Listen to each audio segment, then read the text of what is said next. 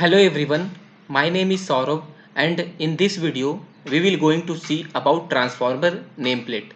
After watching this video, we will going to learn about what is the things written in the transformer nameplate. So you can see आप देख सकते हैं कि ये एक transformer का नेमप्लेट का फोटो है। ये 250 MVA 3 वाइंडिंग ऑटो ट्रांसफार्मर का नेमप्लेट है। तो यहाँ पर जो भी चीज़ें लिखी हुई हैं आज हम वो सारी चीज़ों को जानने का, देखने का और समझने का प्रयास करेंगे। तो सबसे पहले हम ये देखते हैं कि ट्रांसफार्मर में फर्स्ट थिंग अगर आप देखेंगे कोई भी ट्रांसफार्मर नेमप्लेट तो आप देखेंगे कि यहाँ पर MVA लिखे होंगे। तो आप जानते हैं कि ट्रांसफार्मर के जो रेटिंग होते हैं वो MVA में होते हैं, MVA या KVA में होते हैं, ना कि किलोवाट में। तो यहाँ पर हम देख सकते हैं, सबसे पहले हम ये समझते हैं कि ट्रांसफार्मर का बेसिक फंक्शन क्या है। तो ट्रांसफार्मर एक स्टैटिक डिवाइस है जो वोल्टेज को स्टेप अप और या फिर स्टेप डाउन करते हैं। तो यहाँ पर ये 3 वाइंडिंग ट्रांसफार्मर है, तो इसके जो नेमप्लेट में यहाँ पर रेटिंग दिए गए हैं वो 250 बाई 200 बाई 75 MVA दिए गए हैं।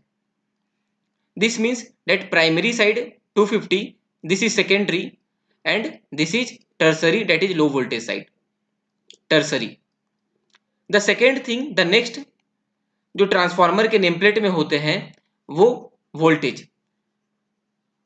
वोल्टेज को देखने से पहले हम एक चीज समझ लेते हैं कि जो ये MVA होते हैं ट्रांसफार्मर में, डेट इज यहाँ पर 250 MVA है, या फिर आप कोई भी ट्रांसफार्मर में जो आप MVA देखेंगे, this is not, this MVA is particular to the how we give that cooling of to that transformer.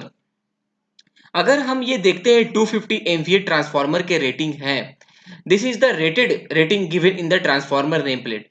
तो ये रेटिंग, ये 250 MVA तब ऑपरेट करेंगे जब हम यहाँ पर कूलिंग में ODAF टाइप्स ऑफ कूलिंग देंगे। तो अभी हम इसको समझने से पहले हम टाइप्स ऑफ कूलिंग समझ जाते हैं कि ट्रांसफार्मर में कौन कौन से टाइप्स ऑफ कूलिंग होते हैं। तो फर्स्ट टाइप्स ऑफ कूलिंग होते हैं ट्रांसफार्मर में oil natural, air natural. Second type के होते हैं oil natural, air force. And third type के होते हैं oil direct, air force. Oil natural, air natural में क्या होते हैं, जैसे कि हम कोई भी ऑयल फील्ड ट्रांसफार्मर को देखें तो ऑयल को ठंडे करने के लिए हम किसी तरह का कूलिंग का इस्तेमाल करते हैं। तो ऑयल नेचुरल, एयर नेचुरल में कुछ भी हम नहीं करते हैं, जस्ट रेडिएटर से ऑयल को पास करवाया जाता है and the natural cooling from the environment, from the atmosphere, the cooling to the oil is given. So this is oil natural, air natural. Oil natural, air force में क्या होते हैं, oil मेरे सिंपल रेडिएटर के through ही जाते हैं, but हम वहां पर एक फैन लगा देते हैं, तो that is oil natural, air force. Oil direct, air force में क्या होते हैं, हम ऑयल को सेपरेट पाइप और डक्ट के थ्रू पास करवाते हैं, जिसके कारण ऑयल ऑयल को भी हम अलग से ठंडे करते हैं और फैन के थ्रू भी एयर फोर्स, फोर्स्ड एयर भी हम ऑयल में पास करवाते हैं। फॉर एग्जाम्पल आप ये फोटो में देख सकते हैं, ये फोटो में this is oil natural, air natural. आप ये देख सकते हैं यहाँ पर ऑयल है और ऑयल सिंपल रेडिएटर में सर्कुलेट हो रहे हैं। यहाँ पर कोई भी एयर फोर्स या ऑयल फोर्स हम नहीं दे रहे हैं। This is oil natural, air force.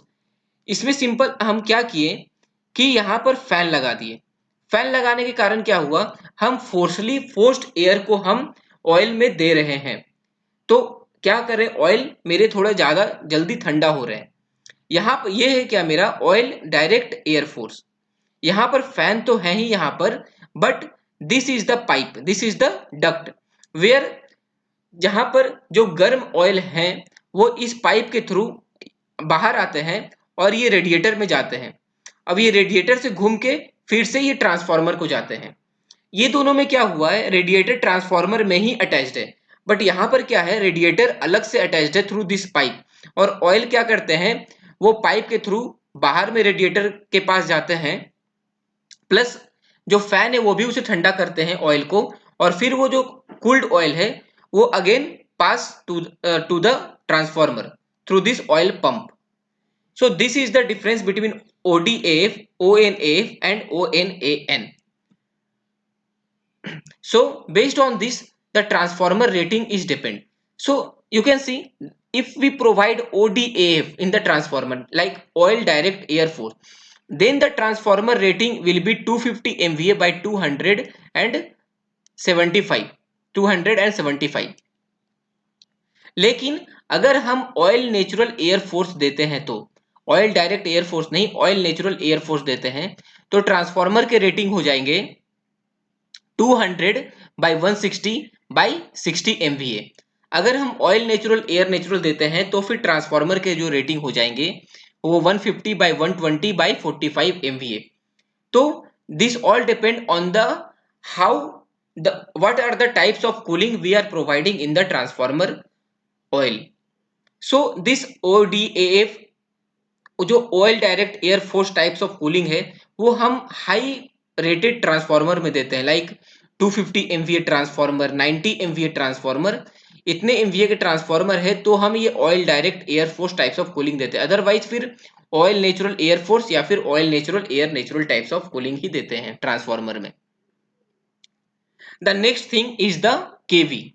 C, transformer में अभी मैंने क्या बताया कि transformer is made to step up और step down the voltages. So यहां पर क्या है कि कोई भी ट्रांसफार्मर में वो ट्रांसफार्मर के रेटेड वोल्टेज क्या है और स्टेप डाउन करके वो क्या वोल्टेज में कन्वर्ट कर रहे हैं वहां पे लिखा हुआ है। जैसे कि यहाँ पर 220 by 105 by 23.1। See, this is the 3 winding transformer. If you see 2 winding transformer, then you can also see 105 by 23.1. This is 3 winding, so 220 kV by 105 kV by 23.5 kV. This means that 220 kV is the primary and the secondary is the 105 kV and tertiary is 23.5 kV. Next is the ampere. Ampere is the current. See, power is equal to √3 V into I होता है। तो what is the power? 250 MVA.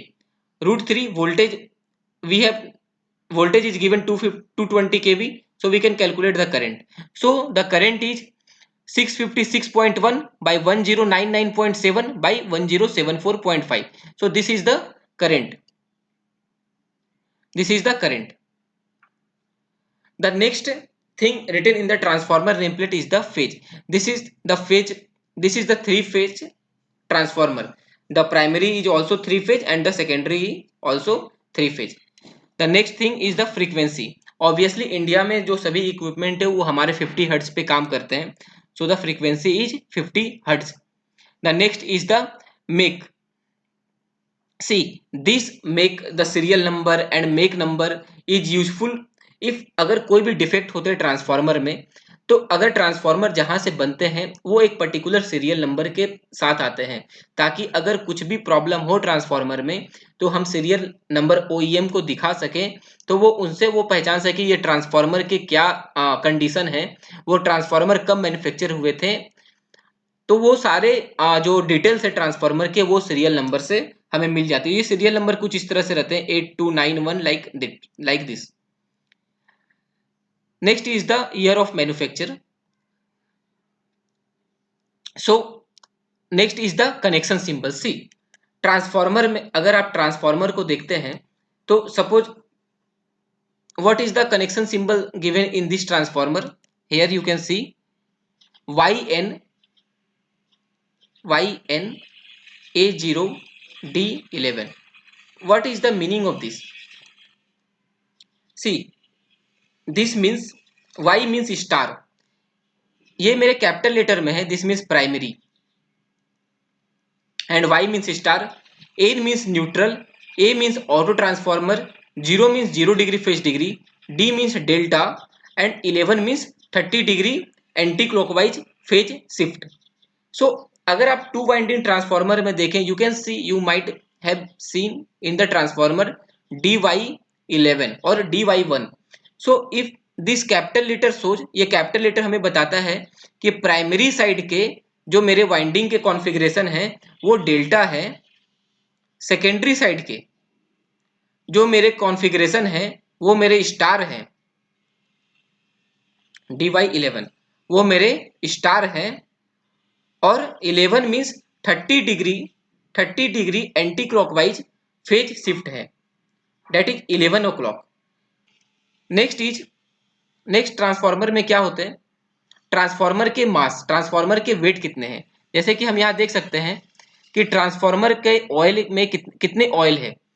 Like this is 87 litre transformer में main tank plus आपके जो conservator tank होते हैं, दोनों मिला के आपके 87.1 किलो लीटर ऑयल है ट्रांसफार्मर में, plus total mass of transformer कितने हैं आप ये देख सकते हैं 257.7 केजी है।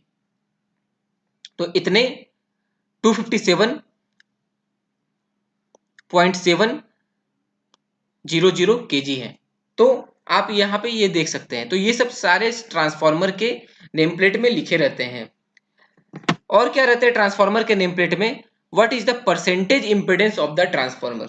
सी परसेंटेज इंपेडेंस क्या होते हैं, जैसे कि अगर हम ट्रांसफार्मर को रेटेड वोल्टेज पे चलाएं, इसका रेटेड कैपेसिटी ट्रांसफार्मर का कितना है 220 केवी और 250 एमवीए। अगर हम इसे रेटेड वोल्टेज पे चलाएं दैट इज 220 केवी, तो उस वक्त मेरे वोल्टेज ड्रॉप मेरे कितने हो रहे हैं ट्रांसफार्मर में, that is the percentage impedance. तो percentage impedance is nothing but आपके जो ट्रांसफार्मर के वाइंडिंग, ट्रांसफार्मर में जो भी लॉसेस हैं उसके कारण मेरे वोल्टेज ड्रॉप ट्रांसफार्मर में कितना हो रहे हैं, that is called the percentage impedance of that transformer. तो अगर आप कोई भी ट्रांसफार्मर के वाइंडिंग को शॉर्ट कर देते हैं, रेटेड करंट या रेटेड वोल्टेज पे चलाते हैं, तो मेरे सपोज 220 केवी में है तो 22 केवी मेरे वोल्टेज ड्रॉप हो रहे हैं। तो 22 केवी अगर मेरे वोल्टेज ड्रॉप हो रहे हैं तो इसका परसेंटेज इंपेडेंस कितने हो जाएंगे मेरे 10%। तो this is how the percentage impedance is calculated in the transformer.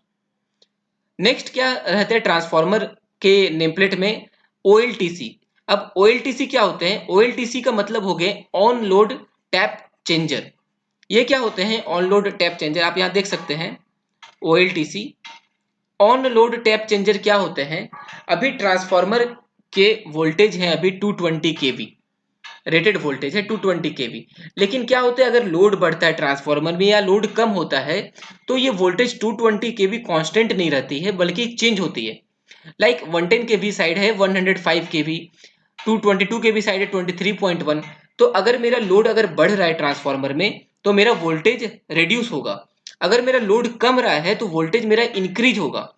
तो वो वोल्टेज को रेगुलेट करने के लिए हम ट्रांसफार्मर में OLTC देते हैं, जिसमें हम primary winding of transformer, HV side winding of transformer में हम टैपिंग प्रोवाइड करते हैं, जिसके कारण हम ट्रांसफार्मर के प्राइमरी साइड में टैप चेंज करते हैं।